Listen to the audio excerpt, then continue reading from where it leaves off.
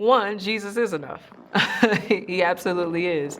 But that doesn't mean that theology doesn't matter.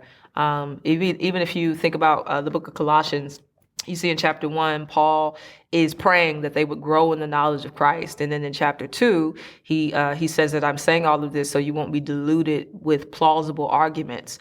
But in between that sits that what we call hymn to Christ, where he is the image of the invisible God, and how he is preeminent over all creation, and he is the head of the church, and how he has reconciled us to himself and delivered us from the domain of darkness and transferred us into the kingdom of his son.